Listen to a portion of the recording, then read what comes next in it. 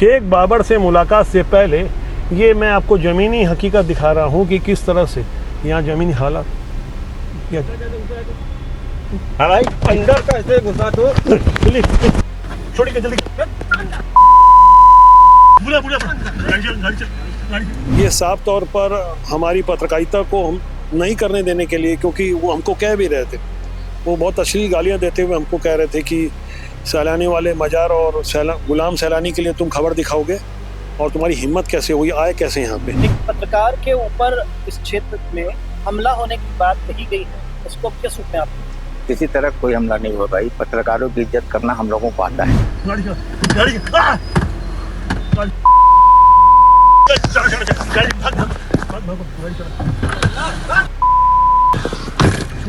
हम पत्रकार पर अब हमले हो रहे, देख रहे तो बस्तर का भी मामला है। अब उसके लिए क्या कहना चाहिए? क्या पत्रकार कानून आना चाहिए कोई? भारत सरकार की तरफ से मान्यता प्राप्त पत्रकार हूँ, मैं कहीं भी आ सकता हूँ, कहीं भी जा सकता हूँ। भाई कहीं भी आप आओ, कहीं भी जाओ, लेकिन बेवजह की तो बयानबाजी नहीं कर सकते ना आप। छत्तीसगढ़ में लगातार पत्रकारों के ऊपर हमले की बात निकलकर सामने आती है। ऐसा ही कुछ मामला जो है अब भिलाई से निकलकर सामने आ रहा है, जहां पर वरिष्ठ पत्रकार पवन केसरवानी के ऊपर जो है हमला हुआ। क्या कुछ पूरा मामला इन्हीं से जानने का प्रयास करेंगे। जी भैया, आज गए हुए थे, क्या कुछ घटना हुआ है? अतिरिक्त तहसीलदार न्यायालय का एक आदेश था कि 7 नवंबर को शेख बाबर को सैलानी वाले बाबा मजार के सामने जो अवैध कब्जा हुआ है उसमें कुछ भाग में उसको वापस से कब्जा दिलाना। तो मैं ग्राउंड रिपोर्टिंग के लिए गया था। क्या हुए थे भैया? ये सैलानी वाले मजार जो है वहाँ उसके सामने जो मुख्य मार्ग है, मैं वहाँ खड़ा था जी। और मैं उसके अलावा मैं कहीं नहीं गया। वहाँ से मैं अपने कैमरा सहयोगी राकेश साहू के साथ में आगे गया। हम अच्छे से वहाँ पे पूरा कवरेज करने के बाद वापस अपनी गाड़ी में आके बैठे। अचानक इस बीच गुलाम सिद्दीकी और उनके और साथी लोग अचानक मेरे पर हमला कर दिए और मेरे फेस को निशाना लगाते हुए एक बड़ा सा ईंटा पत्थर में दिखा सकता हूँ, मेरी गाड़ी में भी रखा हुआ है, मेरे चेहरे पे मारने की कोशिश की गई। और ये मैं हाथ में घड़ी पहना हुआ था, तो ये घड़ी मेरी टूट गई और यहाँ मुझे चोट लगी और ये अभी भी निशान ईंटे का दिख रहा होगा। और ये मेरा कॉलर पकड़ के मेरा गला दबाया गया और यहाँ से मेरा बटन टूट गया, क्योंकि हम गाड़ी में बैठ चुके थे और स्टीयरिंग पे कैमरा सहयोगी थे राकेश साहू। और वापस हम लोग रिवर्स गाड़ी किसी तरह से किए हैं और अपनी जान बचा के वहाँ से भागे। हमारे पीछे लोग दौड़े हैं और पत्थर ईंटे वहाँ काफ़ी सारे पड़े हुए थे, वो हमारे ऊपर हमला करने की कोशिश की गई। ये साफ तौर पर हमारी पत्रकारिता को हम नहीं करने देने के लिए, क्योंकि वो हमको कह भी रहे थे, वो बहुत अश्लील गालियाँ देते हुए हमको कह रहे थे कि सैलानी वाले मज़ार और गुलाम सैलानी के लिए तुम खबर दिखाओगे और तुम्हारी हिम्मत कैसे हुई, आए कैसे यहाँ पे। उस पक्ष का लगातार आप पर आरोप रहता कि उन्हीं के खिलाफ जो है आप खबर चलाते हैं, उस पर क्या कहेंगे?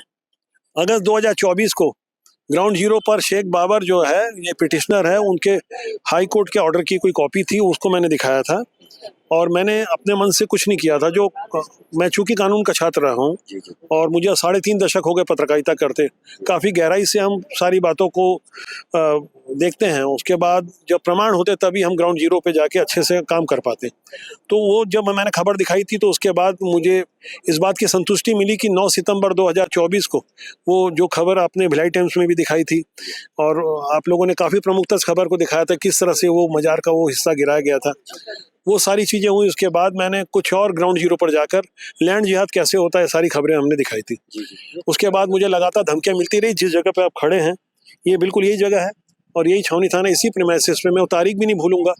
11 सितंबर 2024 को मेरे विरुद्ध मुस्लिम समाज के कुछ उत्पाती किस्म के लोगों ने बहुत आपत्तिजनक नारे लगाए, मुझे जान से मारने की लगा धमकियाँ दी गई, मुर्दाबाद के नारे लगाए गए, गर्दन काटने की बात की गई और 20 सड़क में सेक्टर 6 में भी, वहाँ पे भी मेरे पर धमकी दी गई।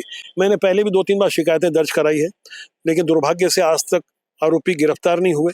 और आज मनोबल इतना बढ़ गया है कि एक पत्रकार पत्रकारिता करने जा रहा है ग्राउंड जीरो पर, उसके ऊपर जानलेवा हमला किया गया। अगर मैं गाड़ी में नहीं बैठा रहता और मेरे अपने आप को नहीं बचाव कर पाता तो इस अवस्था में आपसे आज बात नहीं कर पाता। भैया, लगातार आप लैंड जिहाद जैसे शब्द का उपयोग करते हैं, लैंड जिहाद होता क्या है? देखिए, एक पत्रकारिता की भाषा में लैंड जिहाद एक आम प्रचलन का शब्द है, जिसे मेन स्ट्रीम की मीडिया भी इसका आमतौर पर प्रयोग करती है। और जहाँ पे एक वर्ग विशेष के द्वारा सरकारी ज़मीन पर गलत तरीके से लगातार कब्जा किया जाता है, तो उसके लिए लैंड जिहाद शब्द का इस्तेमाल होता रहा है और ये कोई पहली बार नहीं हो रहा है। भिलाई में जगह जगह जिस तरह से अवैध कब्जे किए गए उसको मैंने दिखाया, तो हमारी ड्यूटी थी, हमने ईमानदारी से उस काम को किया और कुछ लोग इसके लिए आपत्ति कर सकते हैं, और यहाँ विचार व्यक्ति की हर किसी को आज़ादी है, अपनी अपनी बात लोग रखते हैं, पर इसका ये मतलब नहीं कि किसी पत्रकार की आप हत्या करने की नीयत से उसके ऊपर हमला करें, जानलेवा हमला करें। खुलेआम पत्रकार पर अब हमले हो रहे, देख रहे, तो बस्तर का भी मामला है, अब उसके लिए क्या कहना चाहिए? क्या पत्रकार कानून आना चाहिए कोई? पत्रकार सुरक्षा कानून न केवल आना चाहिए, बल्कि पत्रकार सुरक्षा कानून जमीन पर दिखना भी चाहिए। आज 3.5 दशक हो गया, मैंने स्कूल ड्रेस से पत्रकारिता शुरू की थी। भिलाई मेरी कर्म भूमि है और इस माटी पे मैंने काम किया, और यहाँ मुझे कभी इस तरह का माहौल जैसे आज हुआ, पहली बार ऐसा हुआ। मैंने बहुत विषम हालातों में मैंने काम किया, चाहे वो भिलाई का गोली कांड हो, योगी हत्याकांड के बाद का, और ऐसे ऐसे हालात में काम किए कि जहाँ पुलिस के भी हमने हमले झेले।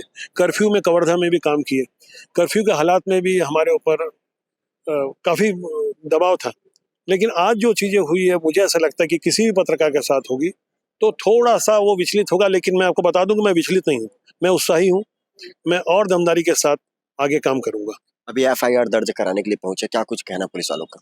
एफआईआर दर्ज हो गई है, नॉन बेलेबल धारा लगी है, अपराधी गिरफ्तार होंगे, कानून अपना काम करेगा, मैं अपना काम करूंगा, और मुझे आगे और बढ़ना है। ऐसे लोगों के से हम ना दबेंगे ना झुकेंगे। तो आपने सुना कि वरिष्ठ पत्रकार पवन केसरवानी ने क्या कुछ बताया, लेकिन आप क्या सोचते हैं इस बारे में? खुलेआम पत्रकार पर हमला होना, क्या ये सही है, क्या ये गलत? आप कमेंट बॉक्स पर जरूर बताएं। तो ये वही वो जगह है जहां पर पत्रकार पवन केसरवानी ग्राउंड रिपोर्ट करने के लिए आए थे, और उनके साथ मारपीट की बात जो है निकलकर सामने आ रही है। हम दूसरे पक्ष का भी बात जानने का प्रयास करेंगे, क्या कुछ पूरा मामला है, तो सुनिए दूसरे पक्ष का क्या कुछ कहना इस पूरे मामले को लेकर। एक पत्रकार के ऊपर इस क्षेत्र में हमला होने की बात कही गई है, इसको किस रूप में आप देखते हैं? किसी तरह कोई हमला नहीं हुआ भाई, पत्रकारों की इज्जत करना हम लोगों को आता है। इससे पहले भी यहाँ जब भी प्रोग्राम हुआ, पत्रकार भाई आए हैं, किसी के साथ मिसबिहेव हुआ कि आज तक? आप एक का बता दीजिए। ये आए मजार में क्या किए, वहाँ उल्टा सीधा बोले, फिर उसके बाद यहाँ आए, इस ग्राउंड में आए, फोटो खींचने लग गए। लड़के लोगों ने बोले क्या कर रहे हो भैया बार बार आकर के। और इससे पहले भी मैंने इनकी शिकायत जो है राष्ट्रीय बोर्ड के जो संचालक हैं, इनकी एसपी साहब को और थाने में 2-3 बार मैंने शिकायत की है। इससे पहले जो एसपी साहब थे, उन्होंने बाकायदा उस आवेदन में ये भी लिख के दिया कि उसको बुला करके उसके ऊपर एफआईआर करिए। आप लोग टीआई को निर्देशित किया, पिछले क्या नाम था उनका एसपी साहब का, मैं थोड़ा भूल रहा हूँ, शुक्ला जी, जितेंद्र शुक्ला जी, उन्होंने जो है आदेश भी किया उसमें, और बाकायदा मुझसे सीडी भी मंगाया। तो हमारी उससे कोई दुश्मनी नहीं। लेकिन जब आप साल भर से आप उठा के देखिए उनका युगबोध चैनल, और उस चैनल के माध्यम से आप खुद उनसे जानकारी लीजिए, अपने चैनल से निकाल लीजिए। वो जब भी बोलते हैं सिर्फ एक मुस्लिम समाज के लिए बोलते हैं। जिहाद लैंड बोलेंगे, कभी बोलेंगे कि इस एरिया मजार में और करबला में रोगनिया मुसलमान रहते हैं। आप रात में 12 बजे आइए, अगर एक भी आपको रोगनिया मुसलमान मिल जाए तो आप उनको जो सजा देना चाहते हो देना। हम लोग कमेटी के नाते सजा भुगतने के लिए तैयार हैं।